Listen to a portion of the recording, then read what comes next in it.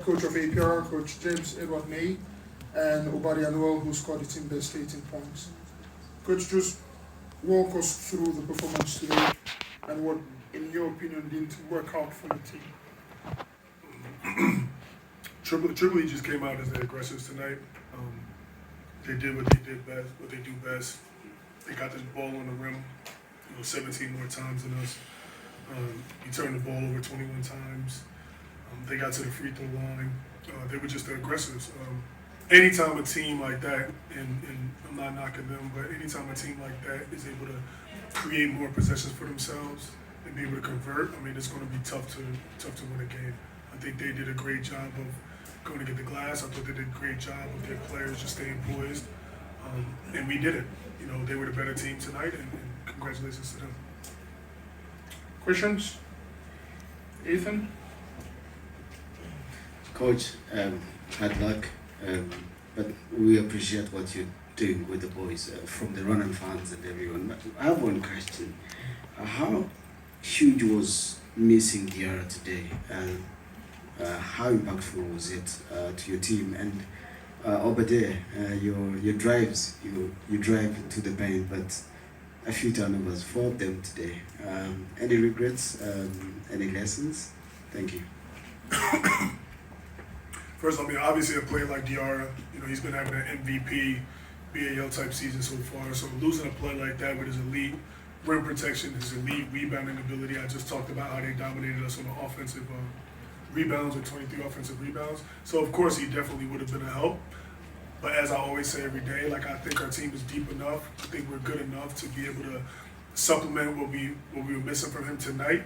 We just needed to do it more of a team effort, and we failed at that tonight. So, made the game a little bit tougher. But of course, a player like Diarra, any player on our team, when they're missing, is going to hurt us a little bit.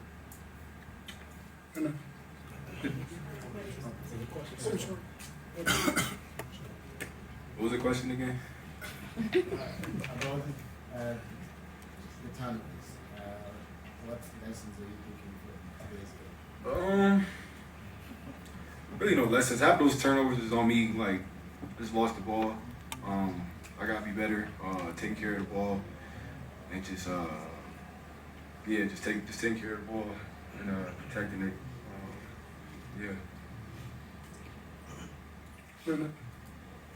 Soms, ESPN Africa. Coach, just a follow-up to what you've already said about AlAhli Diarra. Are you able to provide any update on his injury?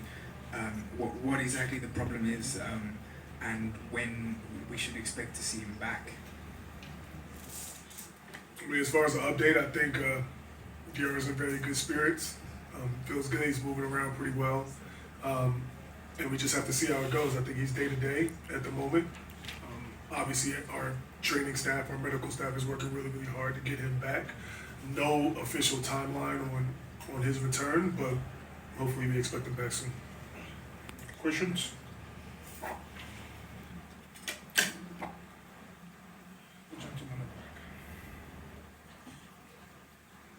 I'm Innocent, also of Africa, and my question goes to Coach Mai.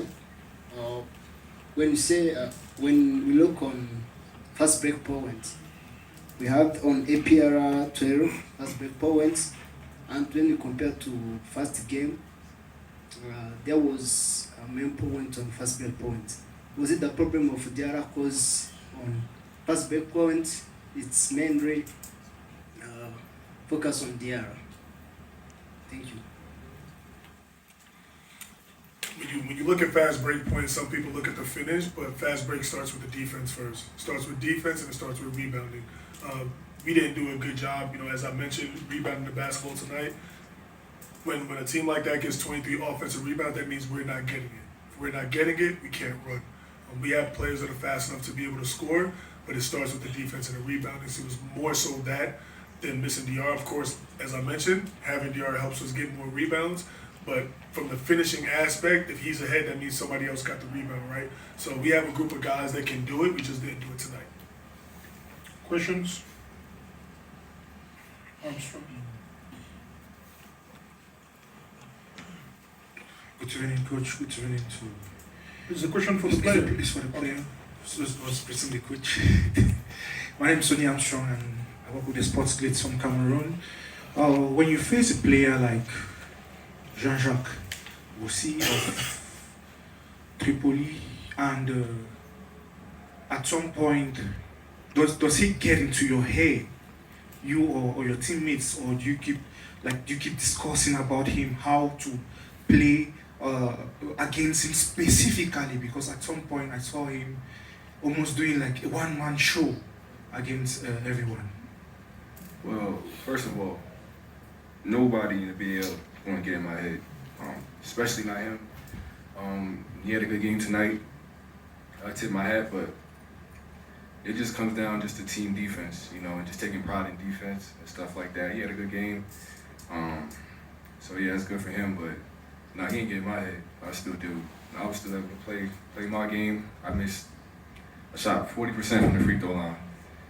Last season, I shot 46 free throws and only missed 6. So tonight was just an off night for me. I really don't worry about what the other team, other players. He had a good game, that's good for him. But yeah, I'm good. He's not in my head. Nobody is. The next question is only for the player. Lindsay. Hi, this is for Obadiah. I'm Lindsay from ESPN. The first half well into the third quarter, the scores were tight. It was such a good defensive game on both sides of the court. So there are positives to take. So what positives would you take from the game? And also, how do you, as a team, mentally use tomorrow to come back, like shake it off, let it go, and focus on the next game? Is there anything you guys do as a team? Something fun that you do just to like let go of tonight and move forward for the next game? Because you guys are obviously top 2 in the conference, looking to Pretoria, plenty to play for. Yeah, like you said, there's some positives we can take out of this loss. So going into the next game, we're just going to focus on things we need to work on, also take the positives. We had a good first half. We jumped out early. We just wasn't able to sustain it, and that's something we just have to work on. At the end of the day, it's just one game. We lost one game. We're going to play him again, and just next game, that's the mentality. Probably just get some rest, try to forget about it, and just move on. Question for the player. Franklin from Uganda. I want to ask Obadiah, in the first half, when you were running a lot, doing a lot of transition, you were kind of in control of that game. When the game slowed down in the second half, for lack of a better explanation, you kind of ran out of ideas. What changed?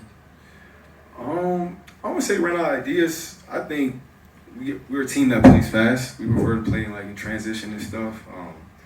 Like you said, in the second half, the game slowed down, and maybe that might be part of the problem, but it happens. It happens. We're going to bounce back from it, and we're just going to learn from all the mistakes we made tonight. Last question. Thank you. The question goes to the coach. Last question for the player. All right. To the player.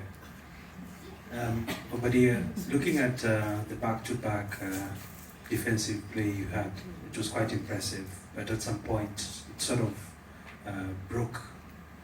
Would you say your counterpart, Yusufa Ndoye, was playing to his position as he has played in other games? What do you mean? Like when you look at how you and Yusufa are playing tonight compared to game 1, game 2, how would you say he played today? I think he played well. Honestly, I think us missing Diarra played a big part of it. They had a lot of rebounds. Diarra averages like 12 plus rebounds a game. So, and he's an energy guy. He protects the rim and stuff. So I don't think Doyle played bad. I just think tonight we just couldn't sustain what we was doing in the first half, and I think that's just the problem tonight. Yeah, and then Dane Miller, he was in foul trouble. He's a big piece. Yeah, and some other guys. So things just didn't go our way tonight, but it's okay. Like I said, we're gonna see him again, and we'll be ready. All right, ladies and gentlemen, thank you very much for coming. That's it for this post-game press conference. Coach, thank you. Konya, thank you. Around power forward who has played and won titles across 7 major European leagues. Coach, coming into this conference and looking at the performances from the first 2 days, everyone said that this would be the clash of the Titans. Talk to us through this victory, really exciting 22-point gap against a really good APR team. First of all, I salute everyone. We are playing as a team. We are playing every day. You can see that everybody can step in and play. And I'm very happy from my Libyan players. And I'm very lucky with my foreigners. Because besides they are great players, they are great human beings. They understand, they follow the rules, and we put the game plan and we execute it very well. When you play good defense, you don't have to be in your great night to win the game. You can be in your average night, take good decisions, set quality screens, and this is what these guys did. We were also lucky a little bit because number 10, Diarra, he was injured. We still have our big guy that he didn't join the team. But because also we are in great atmosphere, we are in a country that is very beautiful, people more beautiful, Rwanda is giving us great vibes. Thank you very much, Coach. And before we take the questions, Leon, like I mentioned in the introduction, you've played across major leagues in Europe. Where would you rate, or how would you rate the BAL compared to the other leagues that you played in Germany, in Lithuania, in Serbia, in Greece? I mean, so far the BAL has been an amazing competition. From the way that it's been organized, the way that it's been ran, the atmosphere in the arena. It's very high level basketball. So to me, this is one of the premier competitions. With it only being in its 5th year, you can see the full potential already and how far this league will continue to go and grow as more and more good players and continue to come to play in the BAL. Any questions? Lucy? Good evening, my name is Lucy Mouillot, I work for Radio France International. Jean-Jacques Boissy was once again, as usual, very central to the game tonight. What does he bring to the team? Thank you. Jean-Jacques Boissy, although he's youngest foreigner in our team, but he has really great leadership and a charisma. We are lucky to have him in the team, and from day one he sent a clear message that he is not the youngest technically. He's a leader, he's reading the game, he's making his teammate look good, and he's a defender. Thanks God we have Jean-Jacques, and we will protect him and keep him with us because he fit in from day one. He joined us in Turkey in the training camp, and as if he knew us 10 years ago. And this is most of our foreigners, they fit in from the human part. But we are lucky to have Jean-Jacques. And today also we have our number 7, Dr. Nassim Badrouche, who played a great game. The first game, maybe he didn't have lots of minutes, but today he compensated because we have a minor injury with Jalen Adams. And number 7, Dr. Nassim, he showed up very, very strong. Question? Dion Soms, ESPN Africa. Dion, given your experience in Europe, I'm curious to hear how you think Jean-Jacques Boissy would fit in a top league over there, and also why it's been so difficult for even the best talents that we have here to break in at that level. I think it's a really good question.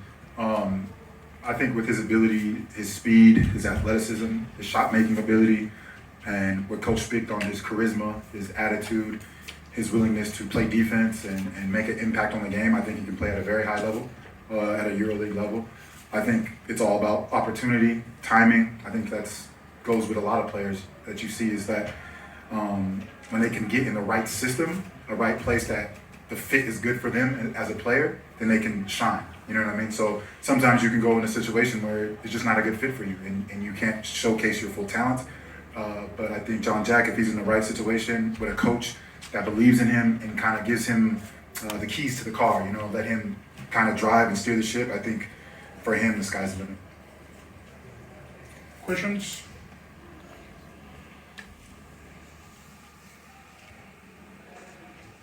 So I'm Patrick from the Sports Journalist here in Rwanda. I was asking the Coach Jajak is the player who's coming here in Rwanda in the last 2 months. We play in the APR with the Genocide Memorial Tournament here in Rwanda.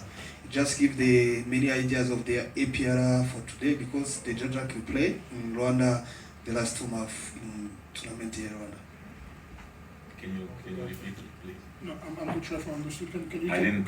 So we say the Jajak will play here in Rwanda in Yes. the last 2 months. Yes. In Genocide Memorial Tournament here in with He was playing here, in this league. So it's just give the ideas of the APR who they play to win. I told him you are the only player playing home, and really he proved that.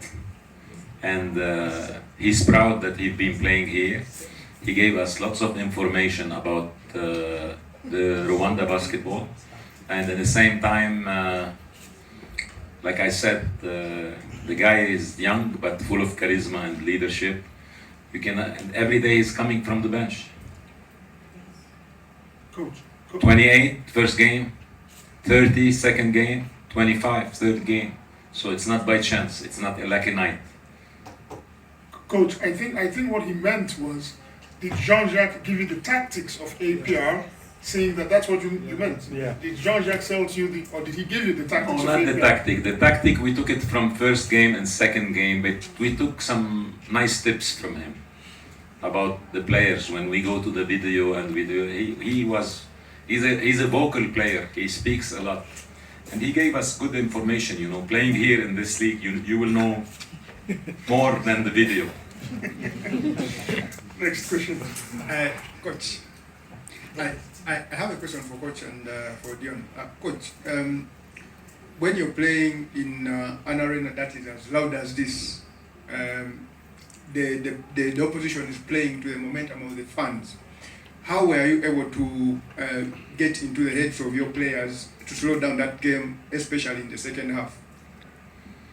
And then, John, you see, when fans are making noise like that, it is always easier to get into the heads of players. How were you able to get the noise outside and then concentrate on the game that is happening on the floor? You go first. I think you just kind of, you get lost in the game in a sense. I know for me, I just kind of rely on my teammates, just kind of focus on the task at hand, you know. If we're trying to focus on certain things defensively, certain instructions from the coach, but honestly, for me, I don't even hear them, honestly. Like, it's just, when you're a player, you just don't, because you're just so into the game and you're into the moment that it's kind of like you block it out. I played in a lot of big games, big arenas, and you try to just focus on the court, like what's going on, and honestly, you kind of don't even hear them. I'll give you the right solution about that. You know, the first quarter, the second quarter, the crowd, they were really on us, and they helped their team a lot.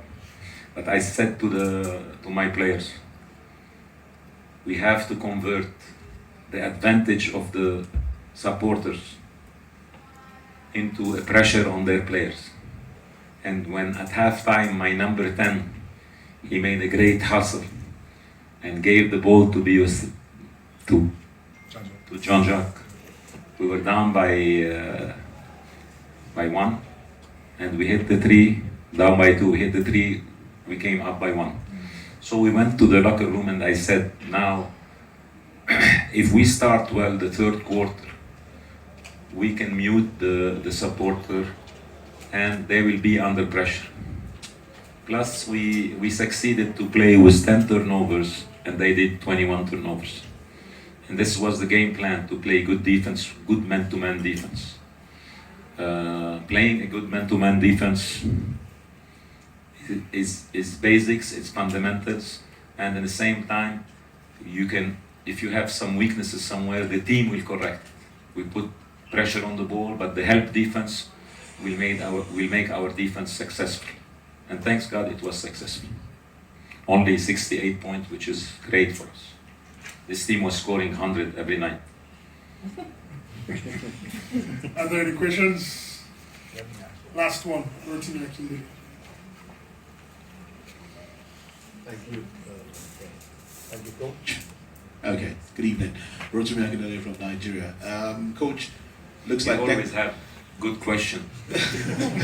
looks like technically you have qualified for the playoffs. Technically, are we likely to see you play some of your local players? I won't play them. I'm playing them. If you look at the I saw when that you one told that me- came in. When you told me the first day, when I had small rotation, short rotation. Are we going to the see next more day I rotation now? corrected. Okay. But you know what? I have. Okay, everybody's are reporters. My GM he demands a lot. But I will play the players. Okay, but let me tell you something about the teams that we are playing. At any night, any team can beat you. You saw the game before us. So these kind of mistakes that happening. Number 5 is the captain of the national team of Uganda. And usually if you insist on your player and you give them, the help came from his side. So the guy who drove, I will never leave this guy alone.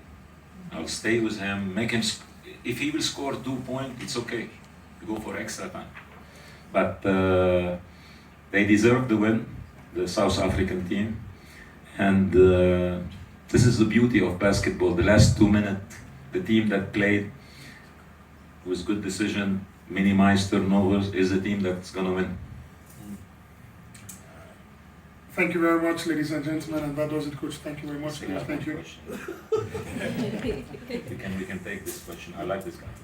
Coach, we'll take this question in the next game. Ah, okay, We've got okay. the opposing team waiting.